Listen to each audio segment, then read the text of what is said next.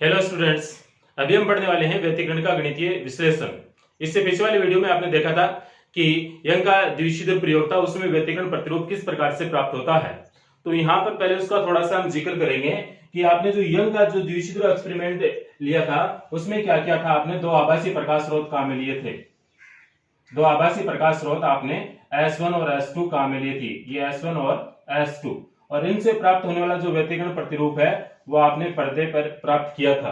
ठीक है, तो मैं S1 से जो एक कोई निकलने वाली जो प्रकाश तरंग है वह मान लीजिए कि बिंदु P पर पहुंच रही है, और एक S2 से निकलने वाली जो प्रकाश तरंग है वह भी बिंदु P पर पहुंच रही है। और ये जो पर्दे का O है वो क्या है, पर्दे का मध्य बिंदु है।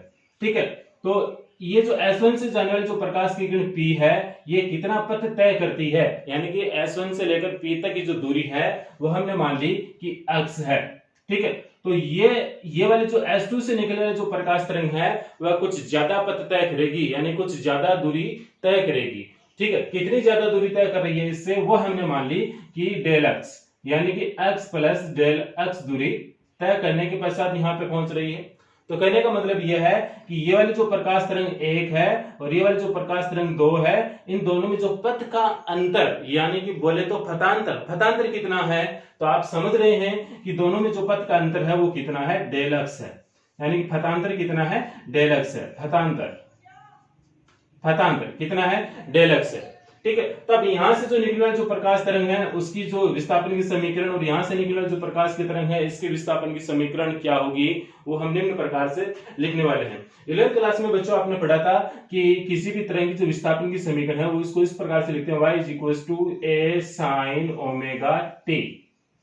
ठीक है, a sin ओमेगा t, इस प्रकार से हम डिनोट कर रहे थे। यहाँ पर y क्या है, तरंग का विस्थापन है, a क्या है, आयाम है, और ओमेगा क्या है, कोणीय आवर्ती।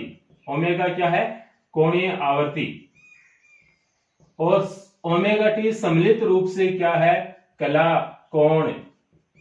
ओमेगा टी को यहां पर हम क्या बोलेंगे, कला कोण बोलेंगे, यानी कि साइन के आगे जो भी है वो क्या है, कला कोण है। ठीक है, अब दूसरी इक्वेशन मैंने ये मान लीजिए y1 के लिए है, और दूसरी इक्वेशन मैंने ऐसे लिख दी, y2 = a2 sin omega t plus phi. ठीक है, तो इस तरंग दो का जो विस्थापन की समीकरण है वो क्या, y2 इस प्रकार से है। यहाँ पे समीकरण दो का, ये तरंग दो का क्या है, ये आयाम है, और ओमेगा टी प्लस फाई ये क्या है, समीकरण दो का कलाकोण है। बट यदि ये तरंग और ये तरंग, इन दोनों के कलाकोण में यदि हम कुछ अंतर देखना चाहें, अंतर कितना है, डिफरेंस कितना है, तो आपको निश्चित रूप से दिखाई पड़ रहा है कि इन दोनों में जो अंतर है वो कितना है, फाई का है। तो इन दोनों तरंगों की जो विस्थापन की समीकरण है, इन दोनों तरंगों में जो कलांतर है वो कितना है, फाई, कलांतर। अब कलांतर से मतलब आप समझ रहे होंगे कि कलांतर क्या है, यानी कि दोनों तरंगों के कला कोण में कितना अंतर है। ठीक है, जितना अंतर है वही अंतर ही क्या है, आपका कलांतर है। ठीक है, तो सेम इसी प्रकार इसी थ्योरी को हम यहाँ पर इस एक्सपेरिमेंट के लिए अप्लाई करने वाले हैं, और ये भी देखने वाले हैं कि यहाँ पर जब दो तरंगें अध्यारोपित होती हैं, मिलती हैं, यानी कि व्यतिकरण प्रतिरूप मिलता है, बनता है। ठीक है, उस व्यतिकरण प्रतिरूप की जो परिणामी तरंग बनती है उसका आयाम कितना होगा, उसका कलाकोण कितना होगा, और उसकी परिणामी तीव्रता कितनी होगी, ये सब इस डेरिवेशन में हम ज्ञात करने वाले हैं। ठीक है, तो अब आपको ये तो बात समझ में आ ही गई है कि आपको दो विस्थापन की समीकरण याद करनी है, किसके लिए, प्रकाश तरंग के लिए। ठीक है, तो इसी प्रकार से हम एक प्रकाश तरंग की बात करते हैं, और हम साथ में यह भी मान लेते हैं कि प्रकाश को एक हम विद्युत चुंबकीय तरंग की भांति मानते हैं। यहाँ पर विद्युत चुंबकीय तरंग की भांति मानते हैं। विद्युत चुंबकीय तरंग में एक तो आपका विद्युत क्षेत्र होगा और दूसरा क्या होगा, आपका चुंबकीय क्षेत्र होगा। और विद्युत क्षेत्र और चुंबकीय क्षेत्र, इन दोनों में से जो ज्यादा प्रभावी है प्रकाश के लिए वो कौन सा है, विद्युत क्षेत्र। ज्यादा प्रभावी कौन सा रहेगा, दोनों में से विद्युत क्षेत्र रहेगा। ठीक है, तो इस तरंग के लिए हम विद्युत क्षेत्र का जो मान है वो हम मान रहे हैं E1 = EM1 sin kx minus omega T.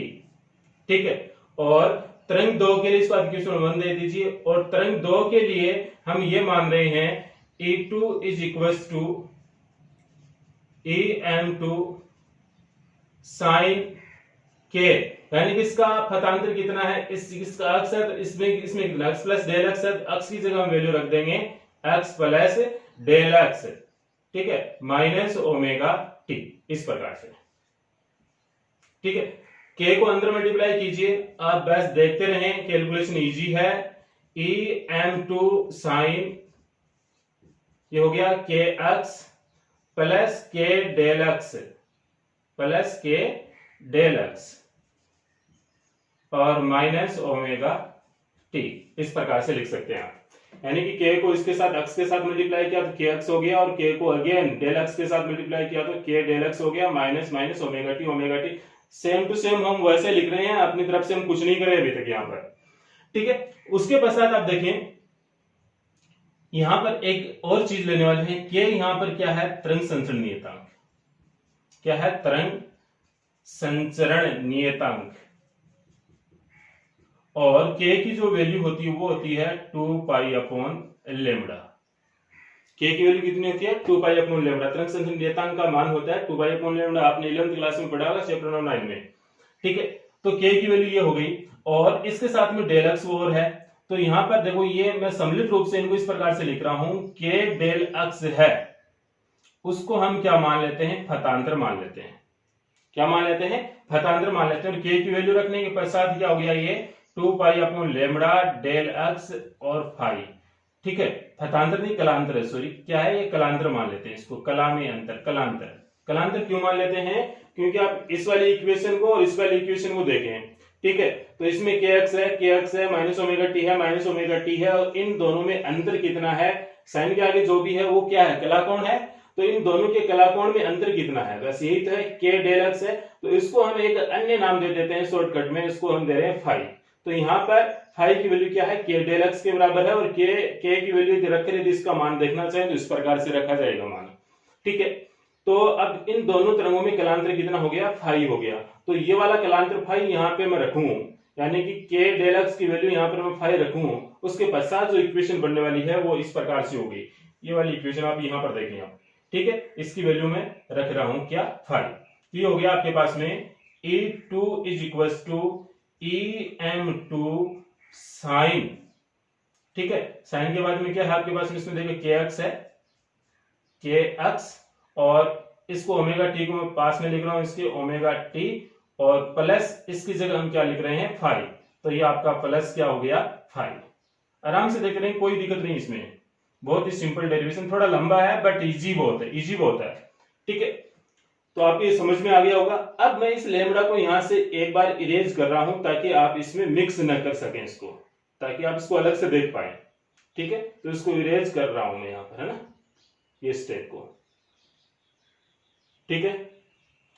थोड़ा इधर साइड में लिख देते हैं, इधर लिख देते हैं, इसके बराबरी लिख देते हैं, इसका मान के वैल्यू कितनी है, 2 पाई अपॉन लेमडा, और ये क्या आपका डेल एक्स, ठीक है। देख लीजिए, जो मैं बोल रहा हूं वही लिख रहा हूं, आपको कुछ दिखने में परेशानी हो रही है तो अब इसको थोड़ा मैं इरेज कर रहा हूं, इसको हम इक्वेशन 2 डाल देते हैं, ठीक है। तो हृदयारोपण के सिद्धांत से,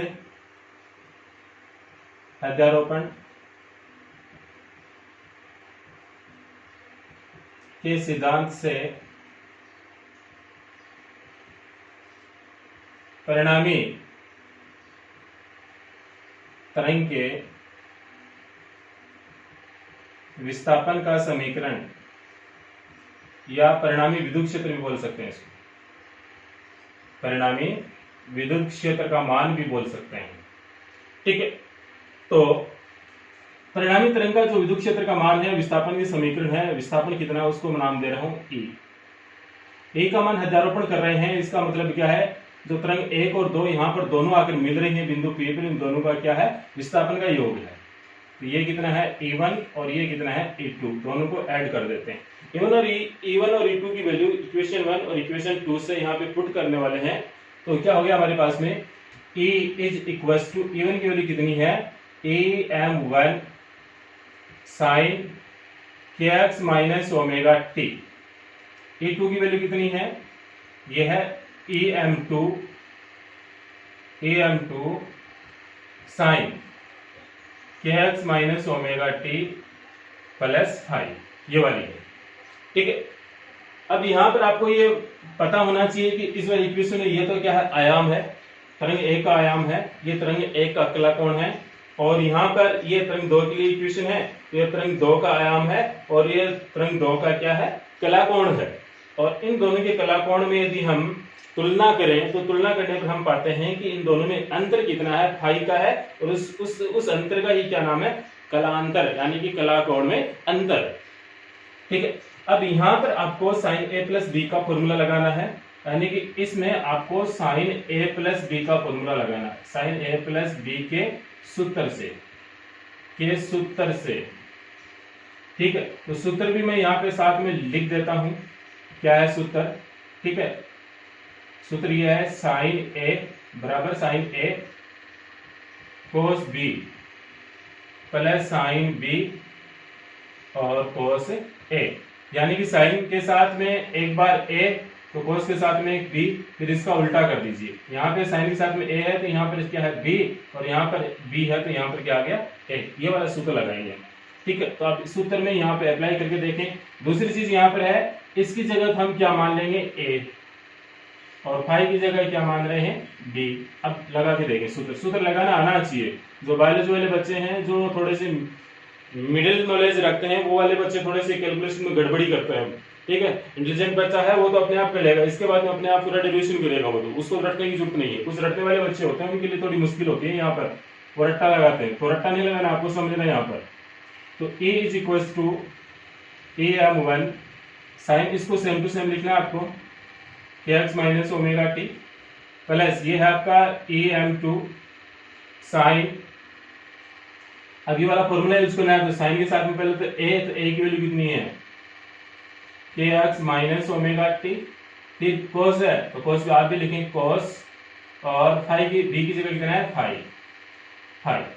ठीक है, ये थोड़ी सी लंबी स्ट्रेंथ चल रही है, इसको मैं यही लिख रहा हूँ, इसके नीचे लिख रहा हूँ, इसके आगे वाला, यानी कि ये तो आपने लगा दिया सूत्र इतना, अब ये वाला सूत्र लगाना आपको। ठीक है, तो प्लस का चिन्ह है तो आप भी प्लस का चिन्ह लगाएं, प्लस।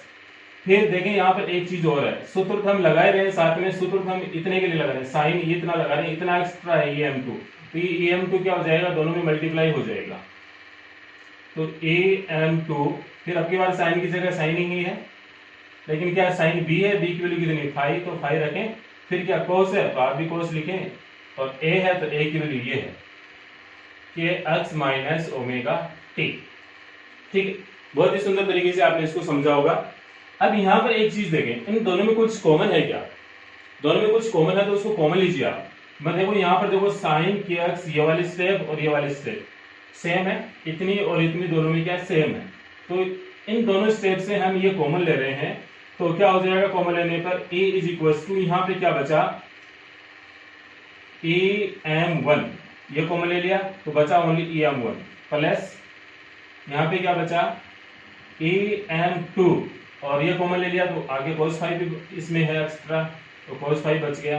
कॉमन लिया है तो cos तक लगाकर बाहर रख दीजिए, इसको क्या है साइन के एक्स माइनस ओमेगा टी। ठीक है, फिर इसके बाद में ये वाली स्टेप बच गई, तो इस वाली स्टेप को हम यहाँ पर प्लस लगा के यहाँ पर आगे लिख रहा हूँ, मैं सेम टू सेम लिख रहा हूँ इसको, क्या है यहाँ पर E M two sine five, और आगे क्या है cos के एक्स माइनस ओमेगा टी, इस प्रकार से। ठीक है, अब ये वाले जो इक्वेशन है आप इसमें कोष्टक में देखें और इसमें कोष्टक में देखें, तो दोनों में जो यहाँ पे आपको जो कोष्टक दिखाई दे रहा है, इसमें आपको ये फाई के रूप में है और इधर भी क्या है फाई के रूप में। कोष्टक के बाद जो संख्या है उसका कलाकोण कितना है, यानी कि एंगल कितना है के एक्स माइनस ओमेगा टी, और इधर भी क्या है के एक्स माइनस ओमेगा टी है, थोड़ा सा ये थोड़ा छोटा लिखा गया है, तो आप देख लें इसको, के एक्स माइनस क्या है ओमेगा टी है। अब यहाँ पर हम इनकी जगह कुछ मानेंगे, माना ये वाली स्टेप यहाँ पे एज इट एज लिखें आप, E M one plus E M two cos phi is equal to, आप मान लीजिए ई एम, और यहाँ पे कोस है तो यहाँ पर भी आप कोस और एंगल मान लेते हैं हम अल्फा। ठीक है, यानी कि इसके बराबर हमने क्या मान लिया, ई एम कोस अल्फा मान लिया। ठीक है, तो इसके इक्वल भी हमें कुछ मानते हैं ताकि हमारी जो कैलकुलेशन है कुछ इजी हो। ठीक है, तो इसके लिए हम क्या कर रहे हैं, ये वैल्यू मान लें AM2 साइन फाई है, तो यहाँ पर AM और यहाँ पे साइन है तो इधर भी साइन। एंगल कितना लेना वो मेन चीज है, थीटा ले सकते हो या अल्फा ले सकते हो, एक ही बात है, बट इस फाई से कुछ अलग होना चाहिए, ठीक है। और इसको मैं इक्वेशन दे रहा हूं 3, इसको आप इक्वेशन दे दीजिए 4 और इसको आप इक्वेशन दे दीजिए 5, ठीक है। अब ये वाले जो दोनों मान हैं इसकी वैल्यू ये यहां पे रखनी है और इसकी जगह आपको यहां पे रखना है, ठीक है। अतः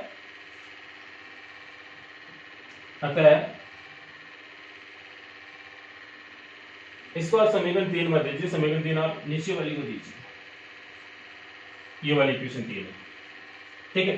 अतः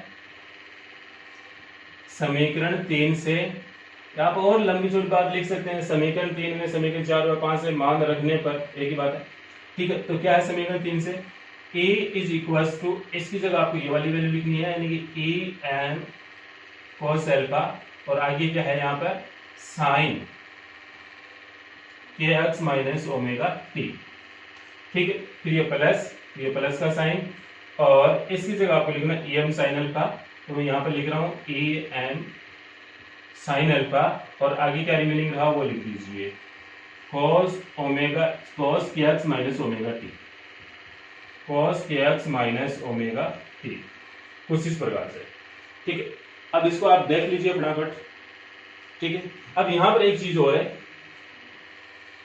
आपके काम की, तो यहां पर यदि आप देखते हैं तो यहां पर cos है, साइन है, फिर यहां पर साइन है, cos है, और यहाँ पर एंगल यदि हम देखें यहाँ पे cos का एंगल अल्फा है, तो यहाँ पर साइन का एंगल अल्फा है, और इधर साइन का एंगल ये है तो इधर cos का एंगल ये है। कहने का मतलब है ये वाला जो सूत्र है, ये वाला जो सूत्र है अब इस रूप में आपके पास में, इस रूप में आपके पास में है, तो इस रूप को आपको इस रूप में बदलना है, वापस इस फॉर्मूले में बदलना है। तो कैसे बदलते हैं आप देखें, ठीक है। तो ये वाली इक्वेशन में लिख रहा हूँ, आगे इसका सॉल्यूशन लिख रहा हूँ, a इज इक्वल्स टू, ठीक है, em तो दोनों में कॉमन है, am और em तो दोनों में कॉमन है, और यहाँ पर साइन a प्लस b का फॉर्मूला बन रहा है, तो मैं लिख दूं सीधा लिख दूं साइन a प्लस बी, यानी कि यहाँ पर साइन के पास में क्या a की जगह क्या है, यहाँ पर a की जगह क्या है, a की जगह क्या है यहाँ पर kx माइनस ओमेगा t है, तो आप लिखें kx माइनस ओमेगा t, और फिर और b की जगह क्या है, यहाँ पर b की जगह क्या है आपके पास में, b की जगह यानी कि cos के साथ में क्या इस वाले स्टेप में अल्फा है, तो प्लस अल्फा, यानी कि साइन a की वैल्यू तो आ गई kx माइनस ओमेगा t और b की वैल्यू कितनी है आपके पास में अल्फा, ठीक है। b की वैल्यू क्या आपके पास में अल्फा, तो मैंने उठाकर यहाँ पे रख दी, यानी कि इसका मैंने क्या बना दिया, फॉर्मूला बना दिया, साइन a प्लस b वाला फॉर्मूला बना दिया, और em दोनों भी क्या आ गया, कॉमन आ गया। तो यहाँ पर हमारे पास में e क्या है, e क्या है, e1 और e2 दोनों के मिलने के पश्चात जो रिजल्ट आया वो है, जो रिजल्ट है उसी को हम क्या बोलते हैं, परिणामी बोलते हैं। तो परिणामी तरंग की विद्युत क्षेत्र का मान है, या परिणामी तरंग का क्या है, विस्थापन भी बोल सकते हैं इसको, ठीक है। तो यहां पर आप इसको इक्वेशन डाल सकते हैं, नेक्स्ट 6 डाल सकते हैं। तो समीकरण 6 क्या है, समीकरण 6 परिणामी तरंग या प्रकाश तरंग लिख सकते हैं, परिणामी प्रकाश तरंग के विद्युत क्षेत्र को प्रदर्शित करती है, परिणामी तरंग के विद्युत क्षेत्र को प्रदर्शित करती है, या विद्युत क्षेत्र की जगह आप, मैंने आपको पहले बताया था दूसरा क्या नाम लिख सकते हैं, परिणामी तरंग के विस्थापन की समीकरण, ऐसा भी आप नाम दे सकते हैं, ठीक है। अब यहां पर ये वाले जो em क्या है, em क्या है, आयाम है, em क्या है, परिणामी तरंग का आयाम, परिणामी तरंग का आयाम, और यहां पर अल्फा क्या है, प्रारंभिक कला कोण, प्रारंभिक कला कोण है, ठीक है। अब यहां पर हम em और अल्फा की वैल्यू ज्ञात करने वाले हैं, तो समीकरण 4 और 5 की सहायता से ज्ञात करेंगे, ठीक है। तो पहले हम em की वैल्यू ज्ञात करें, तो सीधा सीधा ऐसा लिख सकते हैं कि आपको साइन में cos का भाग देना है, साइन में cos का भाग देना, तो समीकरण 5 में 4 का भाग देना है, तो समीकरण 5 में समीकरण 4 का भाग देने पर भाग देने पर। इस वाले स्टेप को मैं पहले लिख रहा हूं, क्लियर है? क्या है? E M sine alpha, E M sine alpha बट्टा E M cos alpha is equals to ये रही, ऊपर पे क्या है? E M two sine five और नीचे ये है 2 है यहाँ पर, E M one plus E M two और साथ में क्या है? cos अल्फा, cos अल्फा नहीं cos फाइव है, cos फाइव। ठीक है, E M C M cancel हो गया, तो यहाँ पे क्या बचा? टेन अल्फा और ये सेम है E M two sine phi, इधर कुछ कट नहीं रहा है, सेम टू सेम लिख दीजिए, E M one plus E M two cos five. ठीक है, हमें तो अल्फा का मान चाहिए, हमें तो किसका चाहिए? प्रारंभिक कलाकोण का मान चाहिए। तो अल्फा इज इक्वल टू क्या हो गया? टेन इनवर्स, टेन को इधर लगेंगे, टेन इनवर्स में लिखेंगे और ये लिख दीजिए cos tan, E M two sine phi upon ये रहा E M one plus E M two cos five. ठीक है, तो ये आपके पास में क्या आ गया? प्रारंभिक कलाकोण का मान आ गया, प्रारंभिक कलाकोण का मान आ गया। ठीक है, इसको आप इक्वेशन डाल दीजिए। नेक्स्ट कितना डालोगे? 7 डाल दीजिए। ठीक है, अब इसका मान निकालिए। अब हमें आयाम का मान निकालना है। आयाम का मान निकालने के लिए हम क्या करेंगे? समीकरण 4 और 5 का वर्ग करके जोड़ने पर, समीकरण 4 और 5 का वर्ग करके जोड़ने पर ज्ञात करेंगे। ठीक है, देखते रहिए आप। समीकरण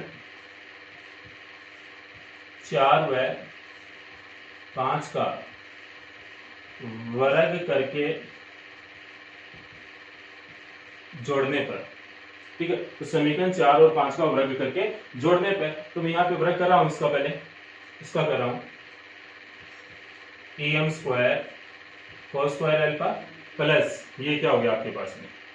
ई एम का square sine square alpha is equal to, यानी इधर मैंने इसका वर्ग किया, इसका वर्ग ये स्क्वायर, इधर स्क्वायर, इधर स्क्वायर, इधर स्क्वायर और इन दोनों को जोड़ना है। ठीक है, तो बराबर के इधर वाले इन दोनों को मैंने जोड़ दिया। अब बराबर के इधर वाले जो दोनों है उनका वर्ग करके बराबर के आगे हम जोड़ देते हैं। ठीक है, तो पहले मैं इसका वर्ग कर रहा हूं। क्या आपके पास में ये E M one plus E M two और आगे क्या है? cos है, cos फाइव। ठीक है, तो इसका मैंने ये वर्ग कर दिया, इसके ऊपर स्क्वायर लगा दिया। ठीक है, आगे आप दिख रहा नहीं दिख रहा आपको पता नहीं। ठीक है, तो यहाँ पे मैं स्क्वायर लगा रहा हूँ, कुछ नहीं है। ठीक है, प्लस इसका, तो प्लस इसको लिख दीजिए नीचे, ई एम टू का स्क्वायर, फिर क्या है? साइन, तो साइन स्क्वायर फाइव।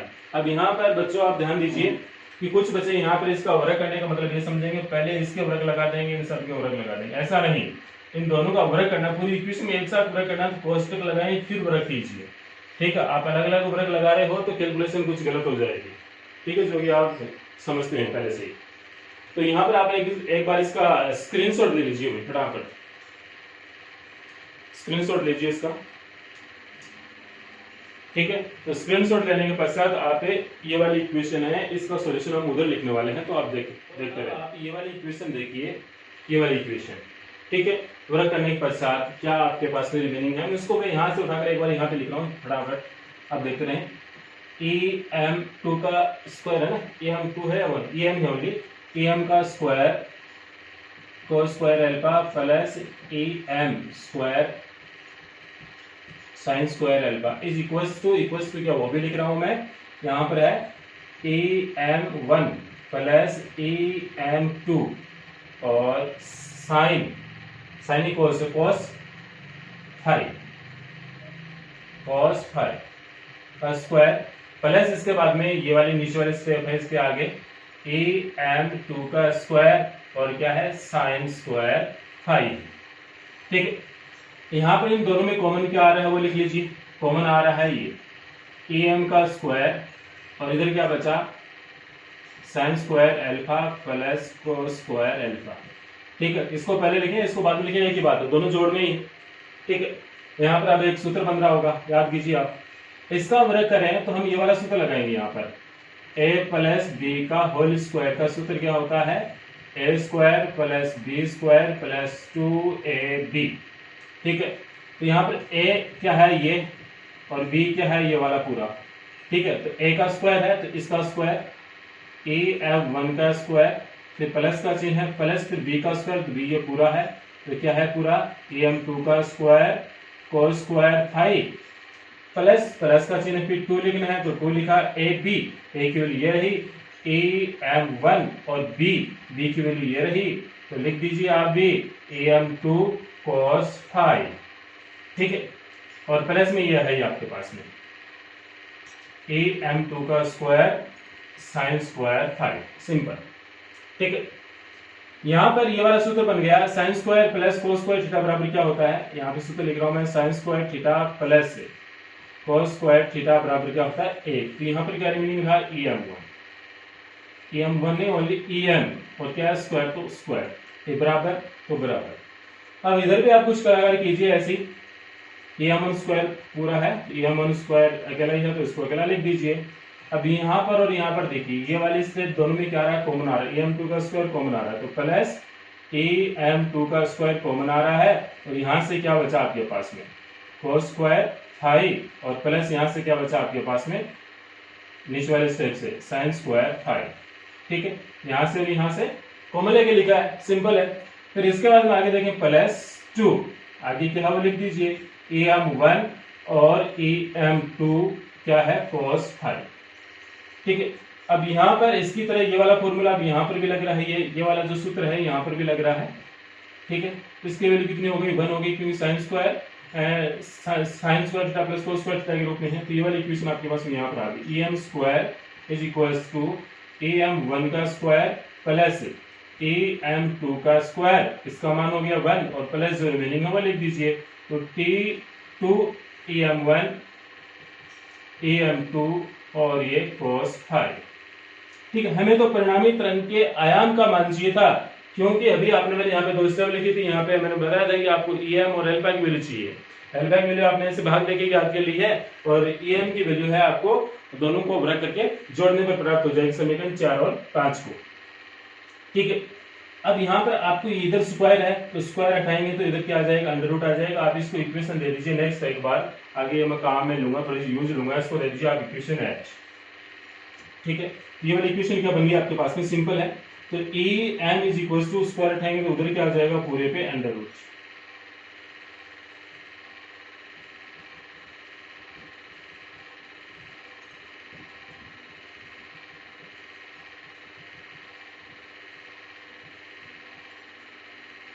तो ये क्या है, परिणामी तरंग के आयाम का मान है, परिणामी तरंग के आयाम का मान है, इसको आप इक्वेशन डाल दीजिए 9। ये क्या है, परिणामी तरंग के आयाम की वैल्यू है। ठीक है, परंतु हम एक चीज जानते हैं, आप यहाँ पर लिख दीजिए, ये है कोई भी चीज होती है ना फिजिक्स में, ओनली इक्वेशन से उसकी जानकारी नहीं होती, हमें कुछ एक दो बीच में लाइन हो वो भी लिखनी पड़ती है, यानी कि डेरिवेशन में जितने लाइनें हो आपको याद करनी चाहिए, ओनली आपको लाइनें ही याद करनी चाहिए, बाकी ये सिस्टम अपने आप चलता है मैथमेटिक्स का। यह है परिणामी तरंग का आयाम है, यह परिणामी तरंग का आयाम है। अब हमें तीव्रता याद करनी है, यानी कि जो परिणामी तरंग, यानी कि दो तरंगें आपने क्या किया कि आपने दो प्रकाश तरंगें मिलाई थी, मिलाने के पश्चात उनकी एक तरंग बनी, उसको आप परिणामी तरंग बोल रहे हैं। परिणामी तरंग विस्थापन की समीकरण भी ज्ञात किया आपने, अल्फा की वैल्यू भी ज्ञात की और em की वैल्यू, उसका आयाम भी ज्ञात किया। अब आपको उस परिणामी तरंग की जो तीव्रता होती है, उस तीव्रता की वैल्यू भी आपको ज्ञात करनी होती है।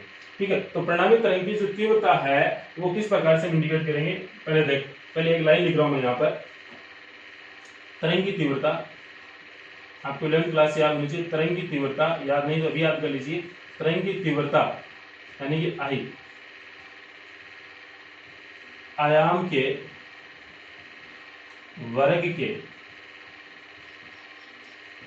समानुपाती होती है। परिणामी तरंग की तीव्रता या कोई भी तरंग की तीव्रता है, किसी भी तरंग की जो तीव्रता होती है उस तरंग के आयाम के वर्ग के क्या होती है, समानुपाती होती है। ठीक है, तो इस बात को हम यहां पे लिखने वाले हैं। अतः हमें तो परिणामी तरंग की चाहिए, अतः परिणामी तरंग की तीव्रता, अतः परिणामी तरंग की तीव्रता आई, तो परिणामी तरंग का आयाम कितना है, ई एम इसके क्या है समानुपाती, और वो भी क्या है आयाम का क्या होना चाहिए वर्ग होना चाहिए। तो आई समानुपाती ई एम स्क्वायर, यहाँ से इस लॉजिक की सहायता से हम लिख सकते हैं। एक रिलेशन होता है, यानी कि किसी भी तरंग का जो आयाम और उसकी जो तीव्रता होती है उन दोनों के मध्य एक संबंध होता है। संबंध क्या होता है, आई समानुपाती ई स्क्वायर होता है। यहाँ पे हम समानुपाती के चिन्ह को उठाएंगे तो नियतांक कहाँ मिलेंगे, तरंग संयोजन नियतांक। तो आई इज इक्वल टू के ई एम का स्क्वायर, ठीक है। और ए एम का स्क्वायर की वैल्यू ये रही आपके पास में, समीकरण 8 से रख दीजिए आप। तो समीकरण 8 से तो आई इज इक्वल टू के, और इसकी वैल्यू क्या है आपके पास में, ए एम 1 का स्क्वायर प्लस ए एम 2 का square plus 2 A M 1 A M 2, और यहाँ पे क्या है आपके पास में cos फाई है, cos फाई। के को अंदर मल्टीप्लाई कर दीजिए, तो आई इज इक्वल टू के ए एम 1 का स्क्वायर प्लस के ए एम 2 का स्क्वायर, अगेन इसके साथ में मल्टीप्लाई कीजिए तो 2। अब के को मैं ऐसे लिख सकता हूं क्या, कुछ बुद्धिजीवी आप ही बताएं। के को इस प्रकार से लिख सकते हैं क्या, अंडर रूट के इंटू अंडर रूट के लिख सकते हैं, ठीक है। तो यहाँ पर के मल्टीप्लाई होने वाला है ना, तो के मैं यहाँ पर मल्टीप्लाई न करके के की जगह मैं क्या लिख सकता हूँ, 2 बार ये लिख सकता हूँ अंडर रूट के और अंडर रूट के लिख दूंगा, तो के ही होगा, एक ही बात है, ठीक है। ऐसा हम क्यों करें वो आपको आगे पता चलेगा।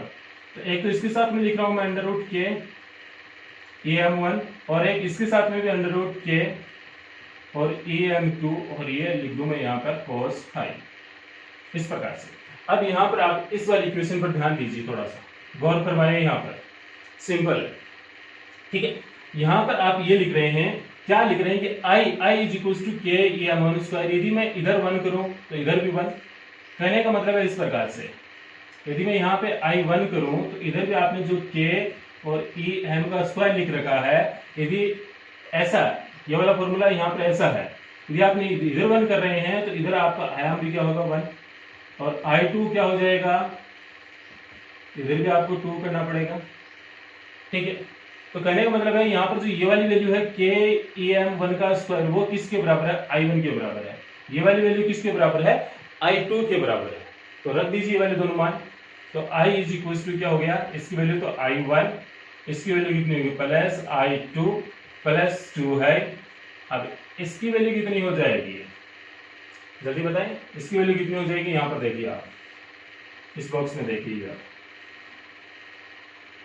आपके पास में ये है I1 इज इक्वल टू के ई एम 1 का स्क्वायर, दोनों तरफ आप अंडर रूट कर दीजिए, तो ये हो गया I1 का under root is equal to under root this के ई एम 1 का स्क्वायर। तो ये वाला ई एम 1 है, ये तो स्क्वायर से अंडर रूट कट जाएगा, तो ई एम 1 से तो अंडर रूट हट गया, इसका स्क्वायर हट गया अंडर रूट से। तो यहाँ पर ये वाली वैल्यू देखो, के अंडर रूट के ई एम 1, तो अंडर रूट के ई एम 1 की वैल्यू क्या हो जाएगी, अंडर रूट I1। तो हम क्या लिख सकते हैं यहाँ पर, अंडर रूट I1, और इसकी तरह इसी प्रकार से क्या लिख सकते हैं, अंडर रूट I2, और ये क्या हो गया आपके पास में cos फाई।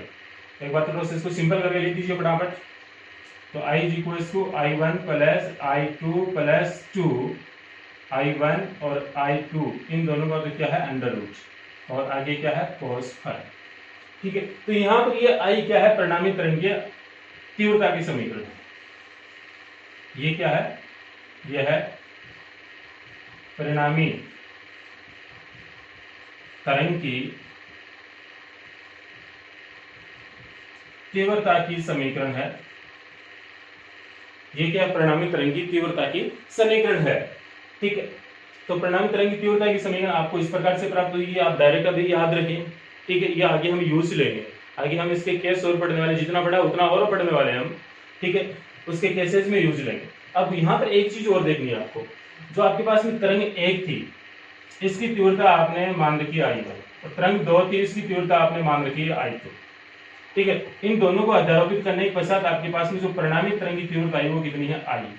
तो यहाँ पर आप एक बात बताएं मुझे, जो I का मान है क्या वो I1 प्लस I2 पे डिपेंड कर रहा है क्या, नहीं कर रहा, यानी कि दोनों तरंगों की जो तीव्रता है उसके योग के बराबर नहीं है। क्यों नहीं है, क्योंकि यहाँ पर एक स्टेप ये आ रही है एक्स्ट्रा, ठीक है। दूसरी बात ये है कि यहाँ पर जो इस परिणामी तरंग की जो तीव्रता आई है, ये इंपॉर्टेंट क्वेश्चन बनता है 1 नंबर का। जो मतलब कि ज्यादा इंटेलिजेंट बच्चे थे वही उसको सही कर पाते हैं, क्योंकि ये बात सर की बताई हुई आपको याद नहीं रहती ज्यादातर बच्चों को, इसलिए आपको 1 नंबर नहीं मिलता यहाँ से। बट आप याद रखें कि यहाँ पर आई की जो वैल्यू है वह I1 और I2 पे डिपेंड नहीं कर रही है। क्यों नहीं कर रही? क्योंकि इनका तो जितना मान है उतना मान है, फिक्स है उनका तो मान। बट मान फिक्स किसका नहीं है? फाई का नहीं है। तो हम ये बोल सकते हैं कि परिणामी तरंग की तीव्रता है वह I1 और I2 की योग पर डिपेंड नहीं करती है, वह कलांतर पर डिपेंड करती है। क्योंकि I1 और I2 यानी कि जो तरंग 1 और 2 थी, इन दोनों के मध्य जो कलांतर था, कलांतर ही आपका कितना था? फाई था। ठीक है, तो I का मान किस पे डिपेंड कर रहा है? फाई पे डिपेंड कर रहा है। अब फाई पे डिपेंड कर रहा है यानी कि कोस फाई, कोस का मान कब अधिकतम होता है, कब न्यूनतम होता है, कब जीरो होता है, वो आप जानते हैं। कोस का अधिकतम मान कब होता है? कोस 0 डिग्री पर होता है। या फिर हम ऐसे भी बोल सकते हैं कि कोस का अधिकतम मान पाई का समगुणज के रूप में होता है। पाई का समगुणज, यदि पाई का समगुणज है उन प्रत्येक कंडीशन में कोस पाई का मान क्या होगा? मैक्सिमम। और पाई का जो विषम गुणज है, विषम गुणज, वहां पर क्या होगा? कोस पाई का मान क्या होगा? न्यूनतम। हम व्यतिकरण पढ़ रहे हैं, व्यतिकरण के 2 प्रकार आपने पहले पढ़ रखे हैं, संपोषी व्यतिकरण और विनाशी व्यतिकरण। तो यहाँ पर हम यही चर्चा करने वाले हैं कि तीव्रता कब अधिकतम होगी और कब न्यूनतम होगी। और आपको यह भी पता है कि संपोषी व्यतिकरण का मतलब यह है कि जहां पर तीव्रता अधिकतम हो, और विनाशी व्यतिकरण का मतलब यह है कि जहां पर तीव्रता न्यूनतम हो। ठीक है, तो यहाँ पर हम ये केस अप्लाई करने वाले हैं कि संपोषी व्यतिकरण कब घटित होगा और विनाशी व्यतिकरण कब घटित होगा। और ये दोनों बातें डिपेंड करेंगी इसकी तीव्रता पर, और तीव्रता का जो मान हो डिपेंड कर रहा है फाई पर। तो कहने का मतलब एक ही है कि हम फाई की वैल्यू चेंज कर करके देखेंगे कि कब आई की वैल्यू अधिकतम हो रही है और कब आई की वैल्यू न्यूनतम हो रही है। ठीक है, तो इस वीडियो में बस इतना ही है।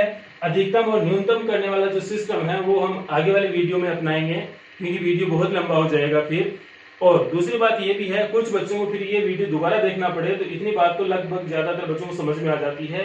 और कुछ बच्चों को ये चाहिए कि मुझे केस ही पढ़ने हैं। ठीक है, तो पहले ये है फिर केस है, तो पूरा वीडियो आपको आगे आगे देखना पड़ेगा, ऐसे करना पड़ेगा। तो इससे छुटकारा पाने के लिए यही है कि हम यहाँ पर 2 वीडियो बनाए। ठीक है, और वैसे भी ये वीडियो थोड़ा सा लंबा ही हो रहा है, तो आगे वाले वीडियो आप जरूर देखें, क्योंकि आगे वाले वीडियो के बिना ये वाला वीडियो क्या है? अधूरा है। ठीक है, तो अध जल घगरी झलकत जाए, यानी कि अधूरा ज्ञान किसी के काम का नहीं है। तो आपको ज्ञान पूरा ही लेना है, इसके लिए आपको आगे वाला वीडियो जरूर देखना पड़ेगा। ठीक है, उम्मीद करता हूं कि आपको अच्छे से समझ में आया होगा। और फिलहाल इस वीडियो में इतना ही है, और वीडियो देखने के लिए थैंक यू।